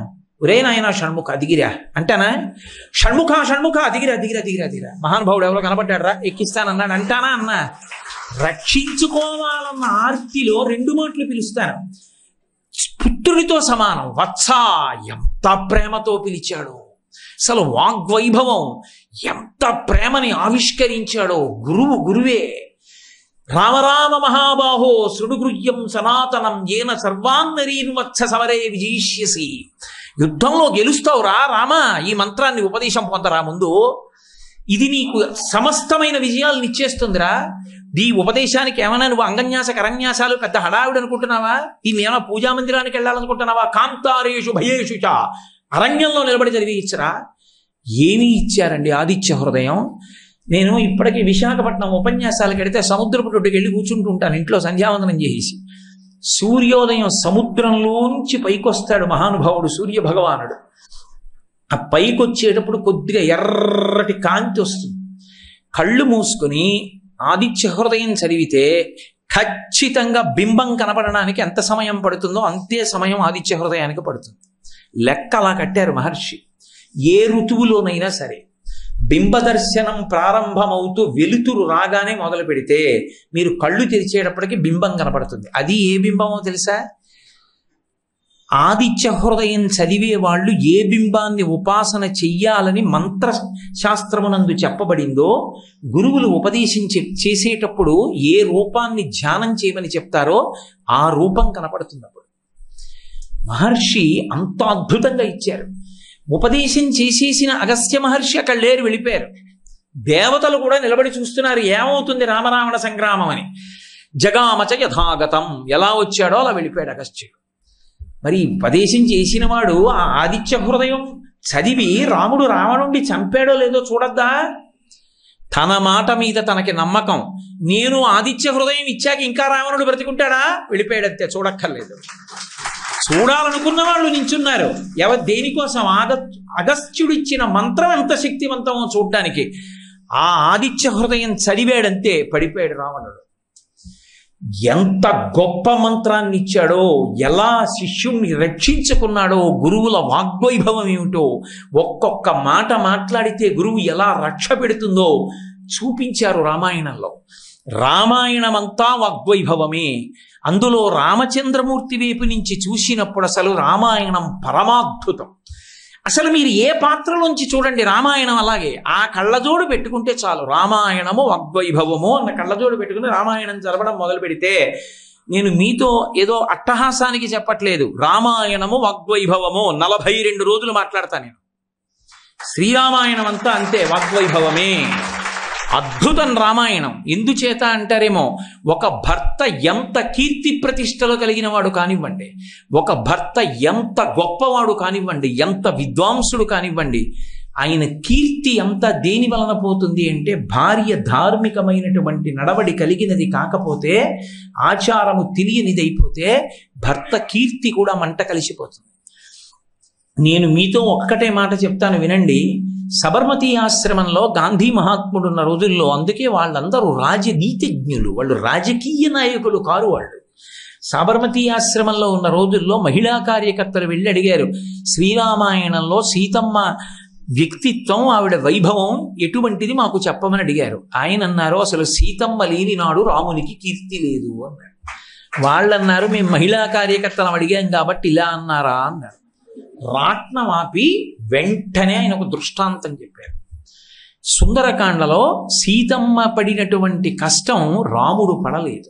ఎందుచేత అంటే, మనిషి జీవితంలో కష్టమన్న మాటకి అత్యంత తీవ్రమైన హద్దు ఏమిటంటే, తన కష్టాన్ని పంచుకోవడానికి ఇంకొకడు లేకపోవడం. కష్టం పోయేది ఎప్పుడు అంటే, బాహ్యంలో కష్టం పోయిందా పోలేదా వదిలేయండి, మీ కష్టాన్ని ఒకరికి చెప్పుకునే అవకాశం ఉందనుకోండి. ఊరడిల్లండి ఏం పర్వాలేదులేండి అనేవాడు ఒకడు ఉన్నాడు అనుకోండి, మీ కష్టం సగం పోతుంది. అసలు అలా పంచుకోవడానికి ఓ మనిషి లేడనుకోండి, ఆ కష్టం ద్విగుణీకృతం అయిపోయి బుర్ర బద్దలైపోతుంది ఆలోచనలతో. ఎండకన్నిరుగని ఇల్లాలు, జనక మహారాజు గారి కుమార్తె, దశరథ మహారాజు గారి పెద్ద కోడలు, రామచంద్రమూర్తి ధర్మపత్ని, లక్ష్మణస్వామి, మాన్యావురు వినీతస్య లక్ష్మణస్య గురుప్రియ యది సీతాపి దుఃఖార్త కాలోహి దురతిక్రమ అన్నారు మహర్షి. లక్ష్మణస్వామి చేత నిరంతరము నమస్కరింపబడేటటువంటి వదిన గారు, అటువంటి తల్లిని తీసుకెళ్లి రావణాసురుడు అపహరించి, చుట్టూ లంబకర్ణ లలాటంచ లంబోదర పయోధరాం లంబోష్టీం లంబచుకాం లంబాస్యాం లంబజానుకాం ఆవిడ జీవితంలో ఎప్పుడూ చూడనంత వికృతమైనటువంటి రాక్షస స్త్రీలనందరినీ చుట్టూ కాపలా పెడితే వాళ్ళు కళ్ళు తాగుతూ నరమాంసం తింటూ ఎప్పుడెప్పుడు రావణుడు ఈమెని చంపమంటాడా, చంపిన తర్వాత దెబ్బలాడుకోవద్దు, వాటాలు వేసుకుందామని మాట్లాడుకుంటుంటే రాముడు ఉన్నాడో తెలియదు, ఎప్పుడు వస్తాడో తెలియదు. భూమౌచ చెయ్యా నియమశ్చ ధర్మే పతివ్రతాత్వం విఫలం మమేదం అంటుంది ఒక చోట. అన్ని నియమాలు పాటిస్తూ పతివ్రతా ధర్మానికి కట్టుబడి ఉండిపోయినటువంటి సీతమ్మ తన కష్టం చెప్పుకోవడానికి వేరొక మనిషి లేడు. ఎవరిది కష్టం? రాముడిదా సీతమ్మదా? రాముడు కష్టం చెప్పుకోవడానికి లక్ష్మణస్వామి పక్కన ఉన్నారు. రాముడు మాట్లాడితే వినడానికి సుగ్రీవుడు ఉన్నాడు. రాముడికి సహాయం చెయ్యడానికి స్వామి హనుమ ఉన్నారు. కోట్ల మంది వానరులు ఉన్నారు. నా తల్లికి ఎవరున్నారు? ఆడది బేల, ఎవ్వరు లేరు. తను నమ్ముకున్న ధర్మం తప్ప ఇంకొకటి లేదు. అంత కష్టంలో ఉండగా ఎవరో వచ్చి, అమ్మా నిన్ను తీసుకెళ్ళి మీ ఆయన దగ్గర అప్పచెప్పేస్తాను రా అన్నారు అనుకోండి, ఎగిరి గంతేసిన ఆయన ఉపకారం చేసి పెడదు అంటుంది. వచ్చినవాడు సామాన్యుడు కాడు. పిల్లంత రూపంలో వచ్చినటువంటి హనుమ సీతమ్మతో మాట్లాడారు. అది వాగ్వైభవం అంటే. నిజంగా శ్రీరామాయణం ఏమి కావ్యం అండి, అమృతంతో రచించారు వాల్మీకి. ఆయన అన్నారు, అమ్మా నిన్ను మీ ఆయన దగ్గర దిగబెడతాననలేదు. ప్రాపయిష్యామి శక్రాయ హవ్యం హుతమివానలా అన్నారు. అసలు ఆ మాట ఏమి పొందిక. అందుకే హనుమని ఉపాసన చేస్తే వాగ్వైభవం వస్తుంది. అమ్మా నిన్ను రామచంద్రమూర్తి దగ్గర ఎలా చేరుస్తానో తెలుసా అమ్మా? ప్రాపయిష్యామి శక్రాయ హవ్యం హుతమివానలా. హోమం చేసేటప్పుడు ఇంద్రాయ స్వాహ అని హవిస్సేస్తారు. అగ్నిహోత్రుడు దాన్ని పుచ్చుకుంటాడు. పుచ్చుకుని పట్టుకెళ్ళి ఇంద్రుడికి ఇస్తాడు. ఇప్పుడు అగ్ని పుచ్చుకున్నాడు కాబట్టి ఆ హవిస్సుకి ఏమైనా కొంత మలినం కలిగిందా, శౌచము తగ్గిందా, లేకపోతే పరమ పవిత్రమై ఇంద్రుడు తినడానికి యోగ్యమైందా అంటే పవిత్రమైంది. అగ్ని పట్టుకున్నాడు కాబట్టే దేవతలు తింటారు. అందుకే హవ్యవాహన అని పేరు. హవ్యం అగ్నిహోత్రం ద్వారా వెడితేనే దేవతలు పుచ్చుకుంటారు. అందుకే అగ్నిలో పడింది అని హవ్యానికి వచ్చినటువంటి లోటేం లేదు, మరింత పవిత్రమవుతుంది. అమ్మా నేను నిన్ను తీసుకెళ్ళి రాముడి దగ్గర అప్పచెప్పేస్తాను అన్నప్పుడు, నేను నిన్ను ముట్టుకున్నప్పుడు, నిన్ను నా భుజం మీద కూర్చోపెట్టుకున్నప్పుడు నా మనసులో మలిన భావన ఉంటుంది అనుకుంటున్నావా అమ్మా అన్నమాట కూడా నోటితో అనలేదు. అమ్మా హవ్యాన్ని అగ్నిహోత్రుడు ఇంద్రుడికి ఇచ్చినట్టు నిన్ను ఇస్తానమ్మా అన్నారు. అసలు ఏమి పవిత్రమైన వాక్కు, ఏమి అద్భుతమైన మాట. అంటే ఆ తల్లి అంది, పక్కున నవ్వింది. నాయనా నువ్వు ఇంతున్నావా, నీకింత భుజమా, నువ్వు నన్ను తీసుకెడతావా, ఎలా తీసుకెడతావు, నీ వానర బుద్ధి బయట పెట్టుకున్నావంది. బ్రహ్మచారి కదూ, అందున మహాపండితుడు, విద్వాంసుడు, మహాబలవంతుడు. అమ్మ నన్నింత మాట అందని పౌరుషం వచ్చింది. మేరుమందర సంకాశౌ బభౌదిక్తానల ప్రభ అగ్రత వ్యవతస్తేచ సీతాయా వానరోత్తమ. మేరు పర్వత శిఖరాలు ఎలా పెరిగిపోతాయో అలా ఆకాశాన్ని చుంబిస్తూ పెరిగిపోయారు. కాల్చిన పెనల్లా ఉన్నటువంటి ముఖం, పెద్ద పెద్ద దంస్ట్రలు, ఇనప పరిగల లాంటి బాహువులతో నిలబడి, అమ్మా చూశావా నా రూపం ఏమిటో అన్నారు. తండ్రి నాకు తెలుసురా, లేకపోతే ఇంత దూరం నువ్వు ఎలా వస్తావు, నీ పౌరుషం తెలుసు, నీ శక్తి తెలుసు, అయితే రామ్మ బయలుదేరదామన్నారు. ప్రశ్రవణ పర్వత శిఖరముల మీద కూర్చున్న రామచంద్రమూర్తి పాదార విందముల యందు నిన్ను సమర్పించి కృతకృత్యుడనవుతాను, రా తల్లి అన్నారు. ఆవిడంది, భర్తుభక్తిం పురస్కృత్య రామధన్యస్య వానర న స్పృశామి శరీరం తు పుంసో వనర పుంగవ. ఇంత కష్టంలో ఉన్నా రమ్మంటే ఆవిడ హనుమతో వెళ్ళలేదు. ఆవిడంది, భర్తుభక్తిం పురస్కృత్య రామధన్యస్య వానర. నాయనా నువ్వు నా కొడుకు లాంటి వాడివి కావచ్చు, అయినా నాకున్నటువంటి ఆ భర్త యందున్న భక్తి అటువంటిది. రాముణ్ణి తప్ప పరపురుషుణ్ణి నేను స్పృహలో ఉండగా ముట్టుకోను. మరి అమ్మ రావణుడు తెచ్చాడుగా అంటావేమో, నేను స్పృహలో లేనప్పుడు హారామ హాలక్ష్మణ అని మూర్చిల్లి ఆక్రందిస్తుండగా శక్తిహీనురాలైన నన్ను రావణుడు తెచ్చాడు. ఇప్పుడు నేను శక్తివంతురాలనై ఉండగా నా అంత నేను స్పృశించి నీతో రాను. అది కూడా కాదు, నాకు ప్రధానమేదో తెలుసా, నా భర్త కీర్తి. నా భర్త లేనప్పుడు రావణుడు ఎత్తుకొచ్చాడు, రావణుడు లేనప్పుడు నువ్వు ఎత్తుకెళ్ళి రాముడికి ఇస్తావు. ఇక నా భర్త సాధించింది ఏముంది? కాదు, నా భర్త రావాలి, బాణములను ప్రయోగించాలి, రావణ సంహారం చెయ్యాలి, నన్ను తీసుకెళ్ళాలి. ఆనాడు నా భర్త కీర్తి నిలబడుతుంది. నా భర్త కీర్తి నాకు ప్రధానం, నా శరీరం ప్రధానం కాదు. అందుకని రాముడు వచ్చే వరకు ఎదురు చూస్తానంది. మహాత్మా గాంధీ గారు సాబర్మతి ఆశ్రమంలో ఈ శ్లోకానికి వ్యాఖ్యానం చేసి, సీతమ్మ ఈ మాట రామాయణంలో అనకుండా హనుమతో కలిసి కష్టంలో ఉన్నానని వెళ్ళిపోతే ఈ యుగంలో రామచంద్రమూర్తికి దేవాలయం కట్టి పూజ జరిగి ఉండేదా అని అడిగారు. నిజం కదా? నా తల్లి అన్ని నెలలు రావణ కొలువుకూటంలో ఉన్న రాముడు లేడు అరణ్యంలో ఎప్పుడో క్రూర జంతువులు తినేసి ఉంటాయి, ఇంకెక్కడొస్తాడు రాముడు, 100 యోజనముల సముద్రాన్ని దాటలేడు, ఈ రాక్షస బలాన్ని అధిగమించలేడని చెప్తుంటే వస్తాడని నమ్మింది తప్ప మనసులో కూడా ఏనాడు ఒకవేళ రాముడు లేకపోతే పోనీ నేను అని నా నోటితో ఉచ్చరించడానికి కూడా ఇష్టపడినాం అని రెండవ కోణంలో అసలు సీతమ్మ తల్లి ఆలోచనే చేయలేదు. అంతటి మహాపతివ్రత. అందుకే విష్ణువుకి ఎన్ని అవతారాలు ఉండనివ్వండి, విష్ణువాలయం. రామచంద్రమూర్తి సీతమ్మ ఉంటే సీతారామాలయం అంటే అది రామాలయం అని పిలుస్తాం, విష్ణువాలయం అనం. రాముడితో మన జీవనానికి అంత దగ్గర సంబంధం.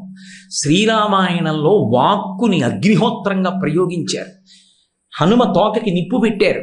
నిప్పు పెడితే ఆ రాక్షస స్త్రీలందరూ వచ్చి సీతమ్మ తల్లితో చెప్పారు, నీతో కిచకిచలాడింది ఎవరా కోతి అంటే, యూయమేనా విజానాతి యోయం యద్వా కరిష్యతి హైరేవహ్యహే పాదాన్ విజానాతి న సంశయ అని చెప్పావు కదా. పావు కాళ్ళు పావుకి తెలుస్తాయి, ఇక్కడికి వచ్చి కిచకిచలాడిన వాడెవరో మీకు తెలుస్తుంది, నాకేం తెలుసు అని చెప్పావుగా. ఆ కిచకిచలాడిన తోకకి బట్టలు చుట్టి నెయ్యి పోసి అగ్నిహోత్రం పెట్టి రథంలో కట్టి చారీకుడు అని చీపుళ్లతో కొడుతూ లంకాపట్టణం అంతా ఊరిరిగింపు చేస్తున్నారన్నాడు. అంటే వెంటనే తల్లింది, యజ్జస్తి పరిశుశ్రూషాం యజ్జస్తి చరితం తపః యది చాస్త్యేకపత్నీత్వం సీతోభవ హనుమత యది మాం వృత్త సంపన్నాం తత్సమాగమలాలసాం ఇది జానాతి ధర్మాత్మా సీతోభవ హనుమత. నేను నిజంగా రామచంద్రమూర్తి యందు అంత సేవ చేసిన దాననైతే, త్రికరణ శుద్ధిగా భర్తకి సేవించిన దాననైతే, నాకు భాగ్యశేషము మిగిలి ఉంటే హనుమ యొక్క తోకకు పెట్టిన అగ్నిహోత్రము చల్లబడుగాక అంది. పంచభూతములలో ఒక భూతము తన ధర్మానికి వ్యతిరేకమైంది. అగ్ని అంటే కాల్చాలి, తోక చల్లబడింది. చల్లబడితే ఆశ్చర్యపోయారు. అదే అంటారు చిట్ట చివర సుందరకాండలో స్వామి హనుమ ఒక మాట అంటారు, అధవా చారు సర్వాంగీ రక్షిత శానిలేన చ ననశిష్యతి కళ్యాణి అగ్నిరగ్నౌ ప్రవర్తతే అంటారు. అగ్ని యందు సీతమ్మ కాలిపోయిందేమో అని బెంగపెట్టుకున్నారు లంకాదహనం చేసి. అసలు ఏ తల్లి ప్రార్థన చేస్తే నా తోక కంటించిన అగ్నిహోత్రము కూడా వేడిగా ఉండకుండా నవనీతం పెట్టినంత చల్లగా ఉందో అటువంటి తల్లిని అగ్నిహోత్రము చెనకుతుందా? అగ్ని కాలుస్తుందా ఎక్కడైనా? అగ్నులకు అగ్ని మా తల్లి సీతమ్మ, అంతటి మహాపతివ్రత అన్నారు. వాక్కు చేత పంచభూతములలో ఒక భూతము యొక్క ధర్మము తిరగబడేటట్టుగా చేసింది సీతమ్మ. శ్రీరామాయణము వాగ్వైభవము. వాక్కుని మించిన అస్త్రం లేదు. అదే వాక్కుని ఉపయోగించుకోవలసిన రీతిలో ఉపయోగించుకోకుండా వ్యతిరేక కోణంలో వాడుకుని పాడైపోయి నశించిపోయినటువంటి వాడు రావణాసురుడు. రావణాసురుడు తన మృత్యువుని తాను వండుకున్నాడు. ఆయనని నిజానికి ఒక చోట స్వామి హనుమ సుందరకాండ చిట్ట చివరిలో చెప్తారు, అసలు రావణాసురుణ్ణి నిమిత్తంగా రాముడు చంపుతాడు. రావణుడు ఏనాడో సీతమ్మ పాతివ్రత్యమునకు నిహతుడైపోయాడు అన్నాడు. ఎందుచేత అంటే వెళ్ళి ఏ మాటలు ఒక మహాపతివ్రత దగ్గర మాట్లాడకూడదో అటువంటి మహాపతివ్రత దగ్గర మాట్లాడకూడని మాటలన్నీ మాట్లాడాడు. అలా అటువంటి మాట మాట్లాడినందుకు వచ్చినటువంటి పాపము చేత నశించిపోయాడు. కొత్తగా రాముడు చంపవలసిన అవసరం లేదు, తనని తాను చంపేసుకున్నాడు.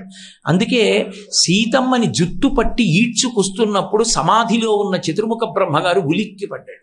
ఉలిక్కిపడి నువ్వు చావడానికి కావలసిన పాపాన్ని వండుకుంటున్నావురా అన్నాడు. అందుకెళ్ళింది తల్లి సీతమ్మ. ఇప్పుడు తీసుకెళ్ళి అనకూడని మాటలన్నీ అన్నాడు. అన్నీ అబద్ధాలే, అన్ని భూకరింపులే. స్వధర్మో రక్షసాంభీరు సర్వధైవన సంచయ గమనం వా పరస్త్రీణాం హరణం సంప్రమధ్యమా ఇదంతే చారు సంజాతే యవ్వనం వ్యతివర్తతే యతతీతం పునర్నైతి శ్రోత శ్రీఘ్రమపామివ ఏవం చైతదు కామాంతో నత్వాం స్పృక్ష్యామి మైథిలి కామం కామశరీరం మే యథా కామం ప్రవర్తితాం ఏకవేణీ ధరాశయ్యాం ఝానం మలినమంబరం అస్తానే ఉపవాసస్య నైతానోపైకానితే పిబ విహర రమస్వ భుంచ భోగాన్ ధన్విజయం ప్రదిశామి మిదినీంచ మయి లలలనే యథాసుఖత్వం తైచి సమేత్వ లలంతు బాంధవాస్తే.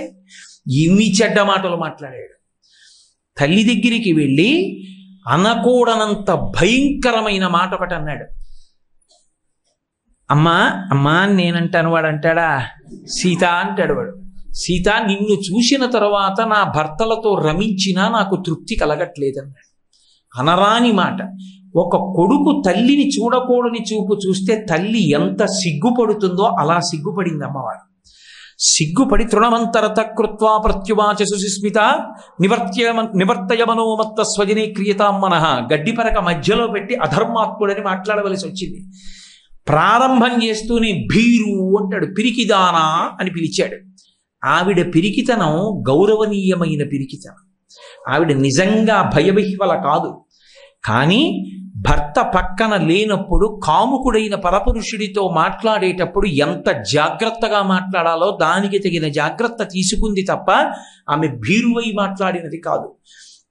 ఆవిడ్ని పట్టుకుని స్వధర్మో రక్షసాం భీరు సర్వధైవన సంశయ గమనం వా పరస్త్రీణాం హరణం సంప్రమధ్యవా అంటాడు.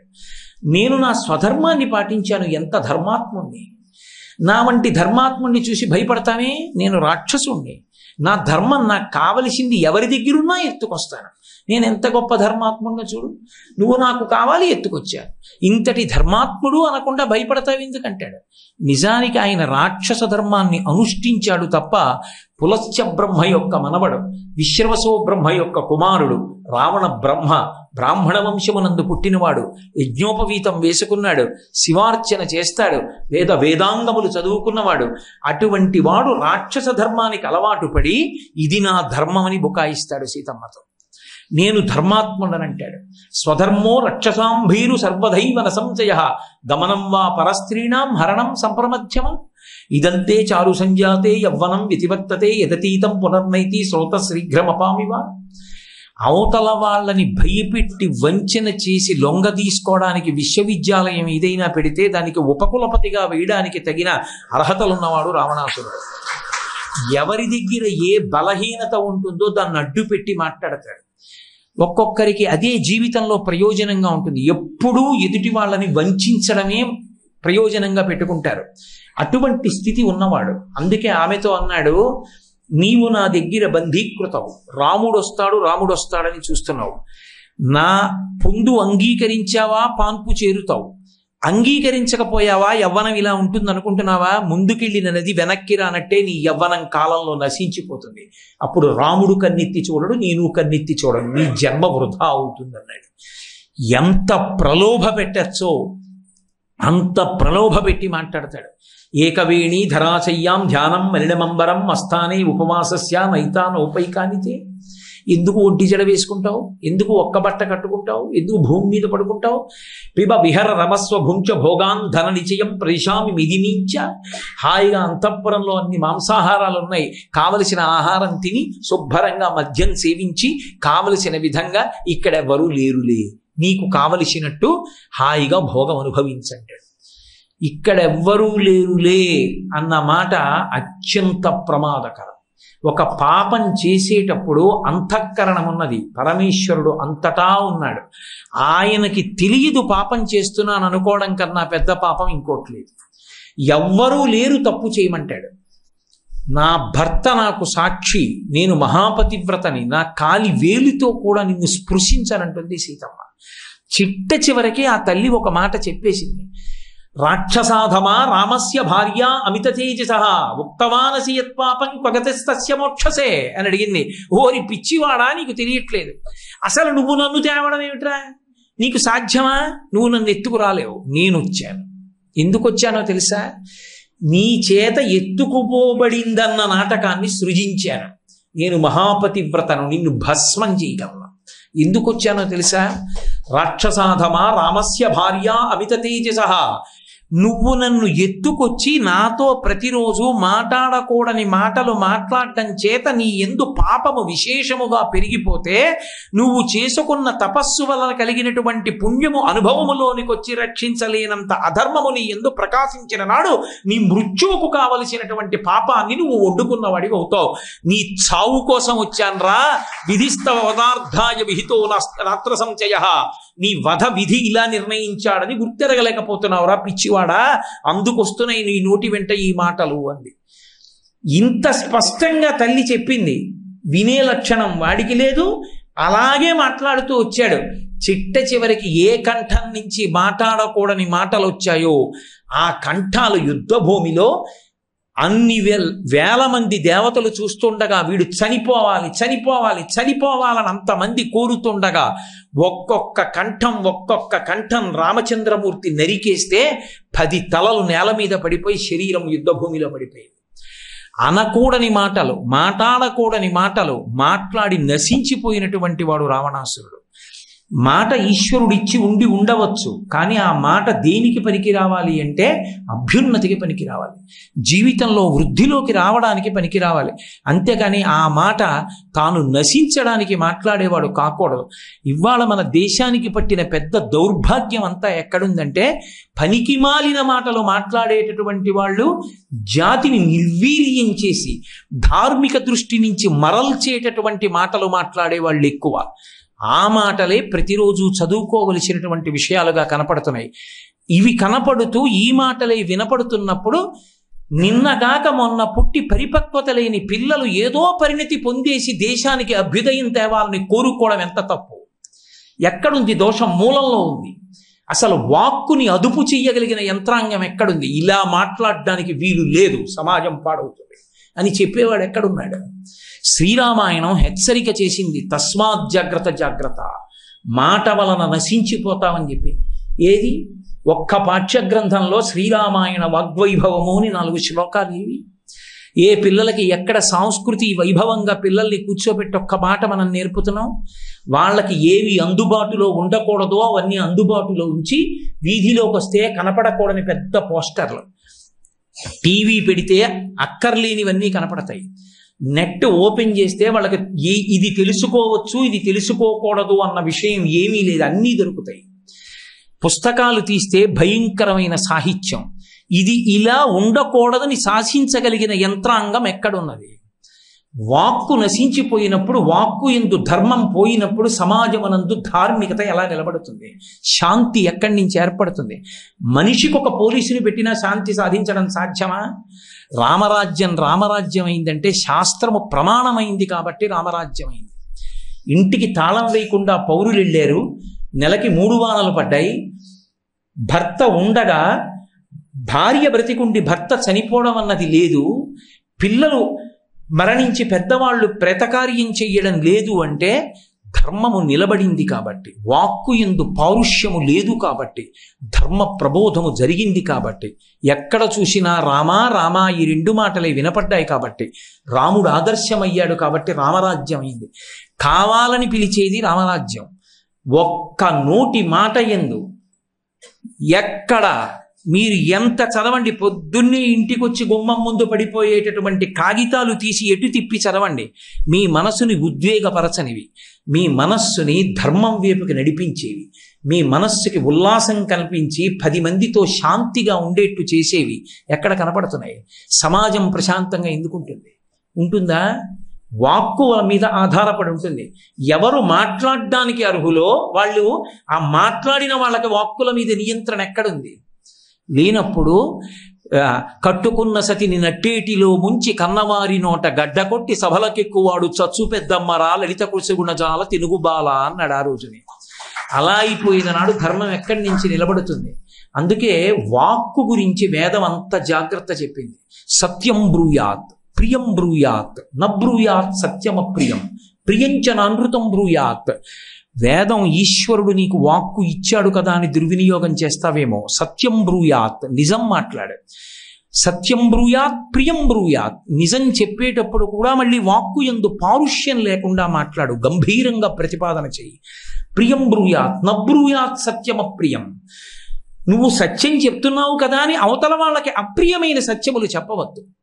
ఎవరో పాపం ఒక ఆయన యజ్ఞం అంతా చేసి పూర్ణాహుతికి సిద్ధపడుతున్నాడు, వాళ్ళ పెద్దతండ్రి గారు చచ్చిపోయారని తెలిసింది. ఇన్నాళ్ళకి నా జీవితంలో ఓ నిజం చెప్పే అవకాశం వచ్చిందని వెళ్ళి ఆయనకి చెప్పే ఎక్కర్లేదు, కాసేపు ఆగచ్చు.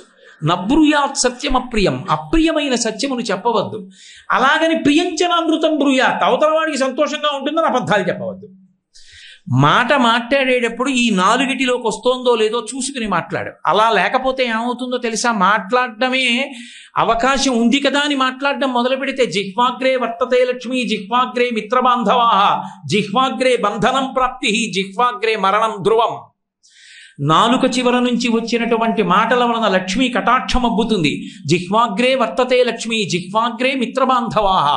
మాటలు మంచివి మాట్లాడడం చేత అనేక మంది మిత్రులు బాంధవులు ఏర్పడతారు. జిహ్వాగ్రే బంధనం ప్రాప్తి. మాట్లాడకూడని మాటలు మాట్లాడిన వాడికి శత్రువులు ఎక్కువ అవుతారు. ఒక్కొక్కసారి బంధనమునందు పడిపోవలసి ఉంటుంది మాట్లాడకూడని మాటలు మాట్లాడి. జిహ్వాగ్రే మరణం ధ్రువం. ఒక్కొక్కసారి మాట్లాడకూడని మాటలు మాట్లాడినందుకు మరణమును పొందవలసి ఉంటుంది. కాబట్టి మాట ఈశ్వరుడు ఇవ్వడం కాదు, మాటని ఎలా ఉపయోగించుకోవాలో అలా ఉపయోగించుకోవడం గొప్ప. మాట ఇచ్చినంత శాంతి లోకంలో ఏదీ ఇవ్వలేదు. మీరు జాగ్రత్తగా గమనించండి. అన్నిటికన్నా శక్తివంతమైనది ఏది శాంతి ఇవ్వడంలో అంటే వాక్కు ఒక్కటే. మీరందరికీ డబ్బు ఇవ్వక్కర్లేదు, మీరందరినీ చదివించక్కర్లేదు, మీరు ఎవరికీ అన్నదానం చెయ్యక్కర్లేదు. మంచి మాట మాట్లాడగలిగితే చాలు. ఒకరికి కష్టం వచ్చింది, వెళ్ళి 4 ఓదార్పు వాక్యాలు మాట్లాడగలిగితే చాలు. ఒకడు నిరుత్సాహంగా ఉన్నాడు, వాడు ఉత్సాహపడేటట్టుగా 4 మంచి మాటలు చెప్తే చాలు. సమాజానికి పనికొచ్చే మాటలు, సమాజం గుర్తుపెట్టుకుని ఉత్సాహం పొందే మాటలు, వాళ్ళ జీవితాలు మంచి పదంలోకి వెళ్ళే మాటలు మనం కొత్తగా చెప్పక్కర్లేదు. రామాయణాదులలోంచి మాట్లాడితే చాలు. మంచి మాట శాంతినిస్తుంది. అదే మాట ఎంత ప్రమాదాన్ని, ఎంత కష్టాన్ని తెస్తుందంటే బల్జేపల్లి వారు సత్యహరిశ్చంద్రియం చేస్తూ అంటారు, కడుపున్ రంపపు కోత కోయునదియే గాయాలు కాకుండినన్ అంటాడు.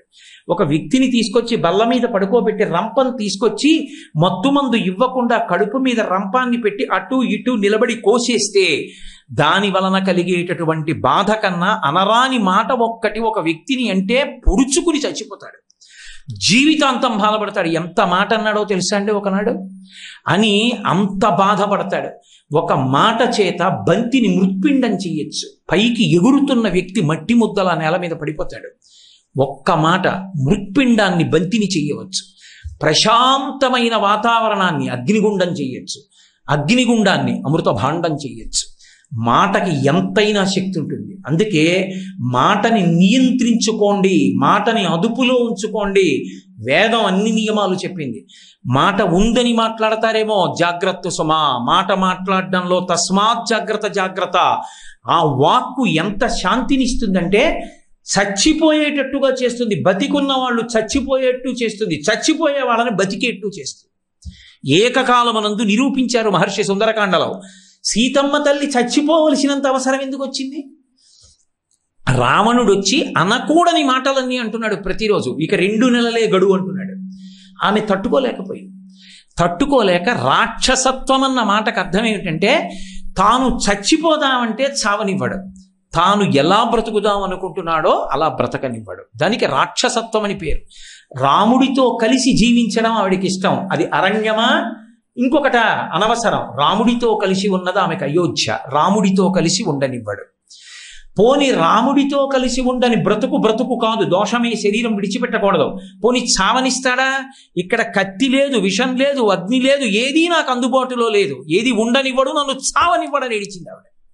అది రాక్షసత్వం అంటే. ఎంత బాధపడిందో నా తల్లి. యశోకవన్నిం జనకత్మజాయాం ఆదాయతే నైవ దదాహలంకాం నమామితం ప్రాంజలి రంజనీయం అని ఆ శోకాన్ని పట్టుకెళ్ళి అగ్నిహోత్రంగా లంకాదహనం చేశారు స్వామి హనుమ. అంత బాధపడిపోయే ఆఖరికి ఆవిడ నీ చచ్చిపోతాను. ఆవిడే సామాన్య స్త్రీ కాదు, అంత శాస్త్రం చదువుకున్న తల్లి, రామచంద్రమూర్తి ఇల్లాలు, అంతటి ధర్మపత్ని, అంతటి మహాపతివ్రత. చచ్చిపోతాననే స్థితికి వాడు మాటలతో తీసుకొచ్చాడు. సీతాధవేణ్యుద్గ్రధనం గృహీత ఉద్బధ్యవేణ్యుద్గ్రధనేన శీఘ్ర అహంగమిష్యామి యమస్య మూలం ఉపస్థితాసా మృదు సర్వగాత్రి శాఖా గృహీత్వాధ నగస్య తస్యా అన్నారు మహర్షి.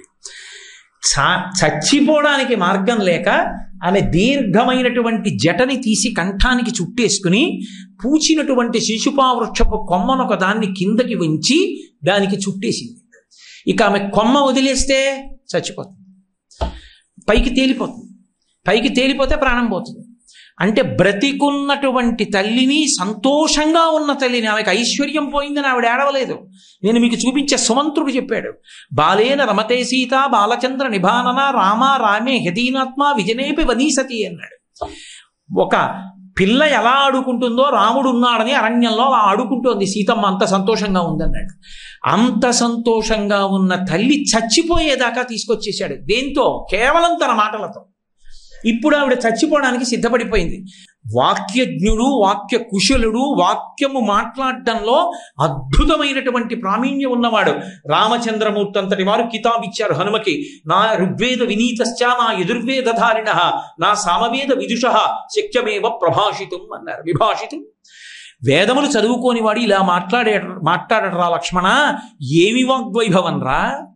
ఇటువంటి వాడు మాట్లాడితే కత్తి ఎత్తిన శత్రువు కూడా కత్తి దింపేస్తాడు, అంత గొప్పగా మాట్లాడగలడు ఈయన అన్నాడు.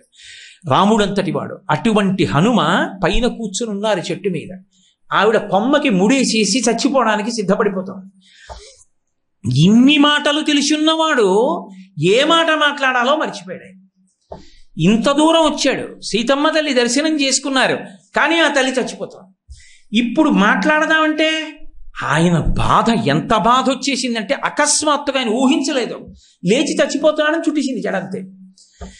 మహర్షి ఆయన పడిన పరివేదనని చెప్పడానికి ఏవం బహువిధాం చింతాం చింతయిత్వాం మహాకపి సంసర్వో మధురం వాక్యం వైదేహ్య వ్యాజహార అన్నారు.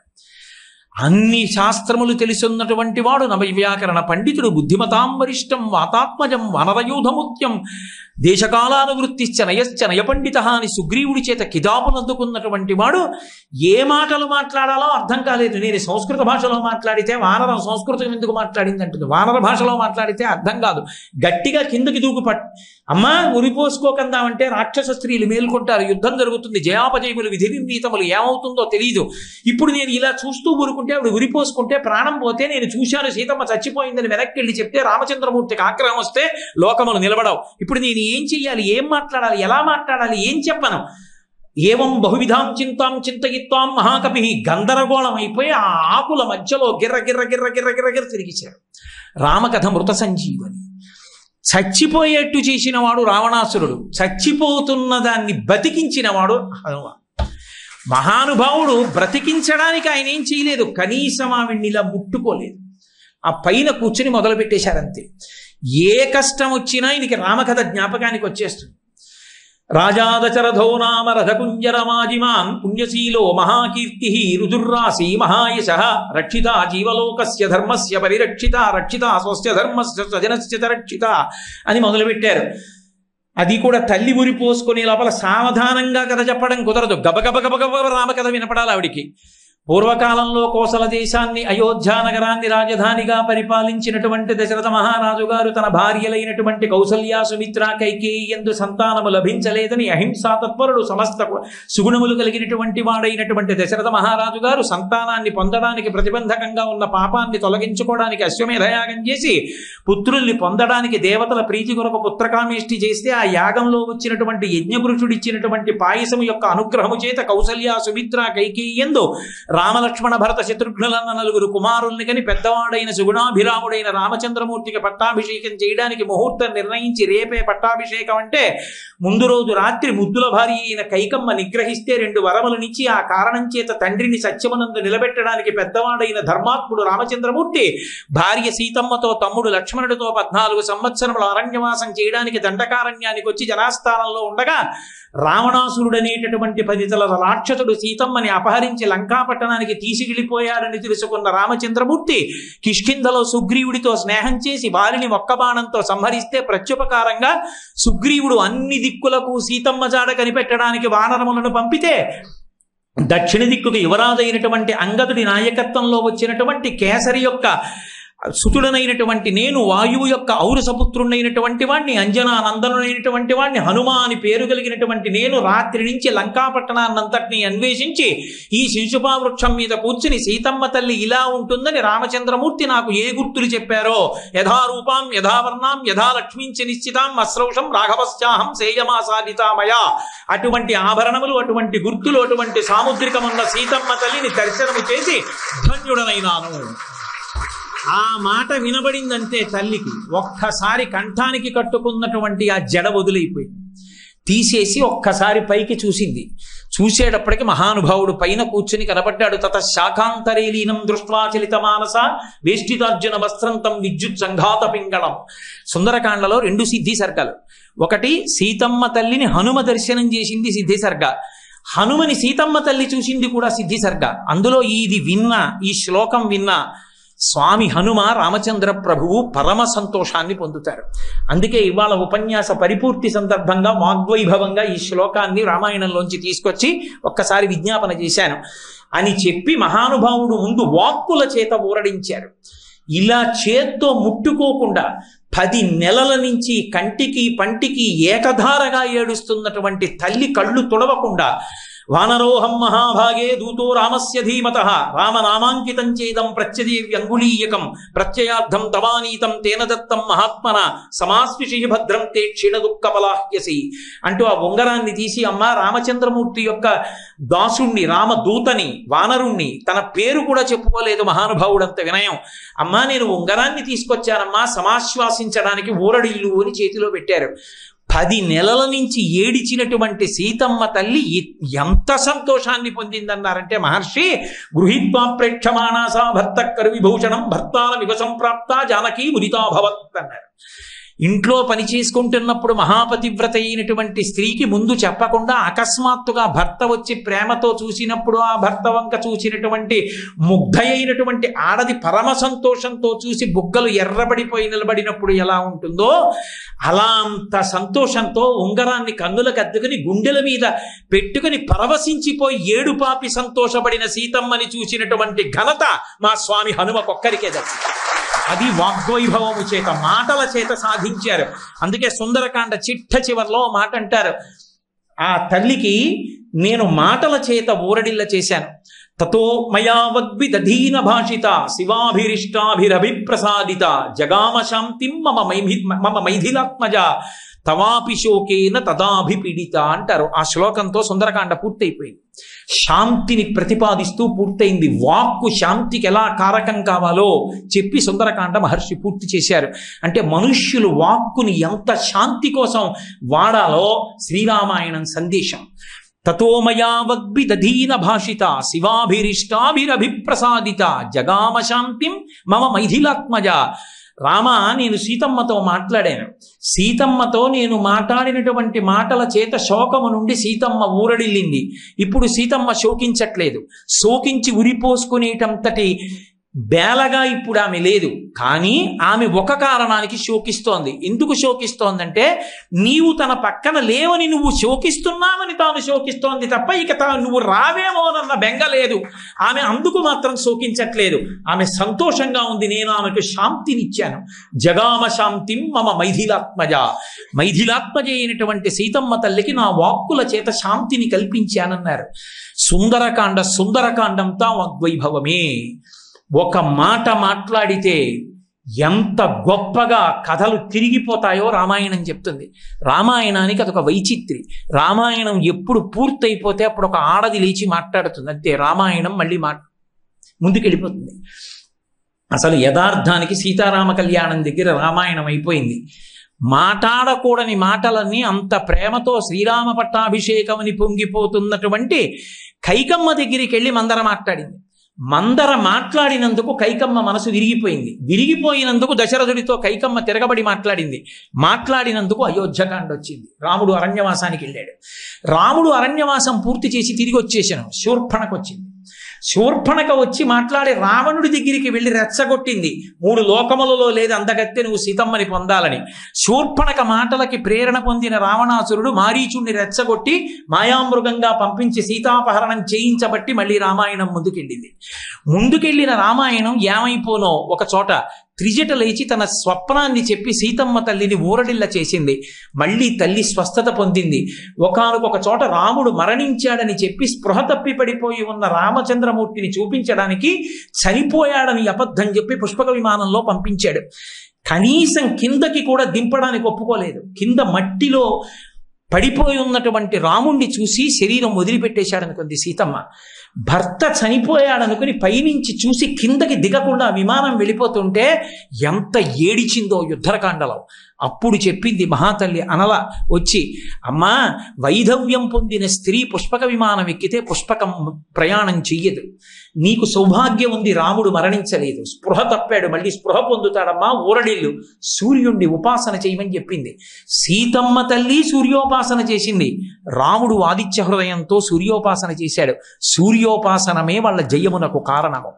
ఎప్పుడైనా మానసిక స్వస్థతకి శారీరక స్వస్థతకి భాస్కరుడు కారణం. ఆరోగ్యం భాస్కరాది చేత్. కాబట్టి మళ్ళీ అక్కడ త్రిజట మాట్లాడడం, అనల మాట్లాడడం వల్ల సీతమ్మ తల్లి ఊరడిల్లింది.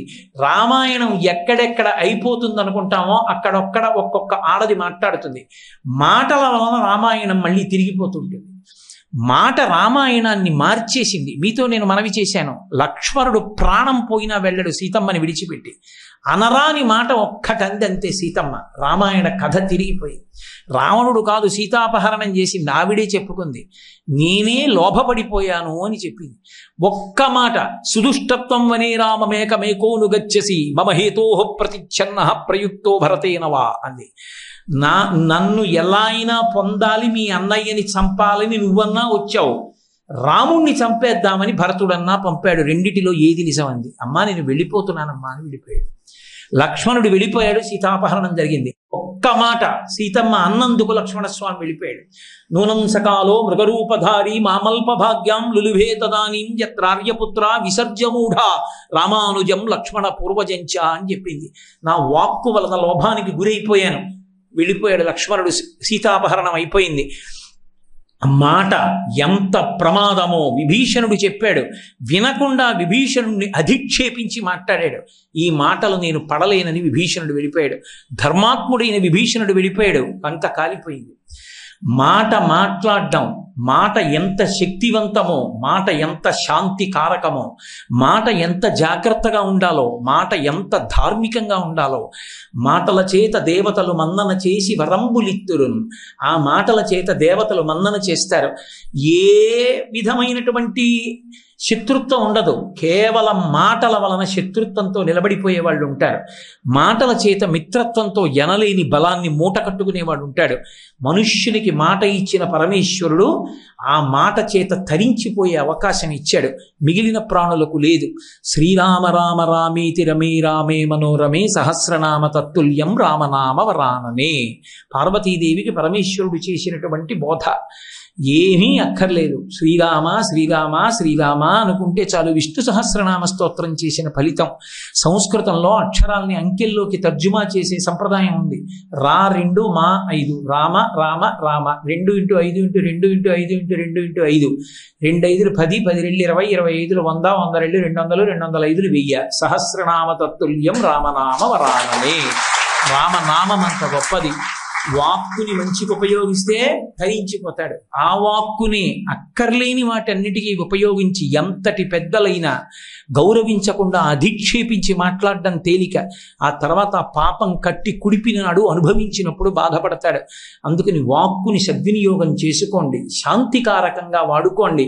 10 మంది సంతోషంగా ఉండేటట్టు ఉంచగలిగినది వాక్కుయే అని శ్రీరామాయణం అనేక కోణాలలో ధృవీకరించింది.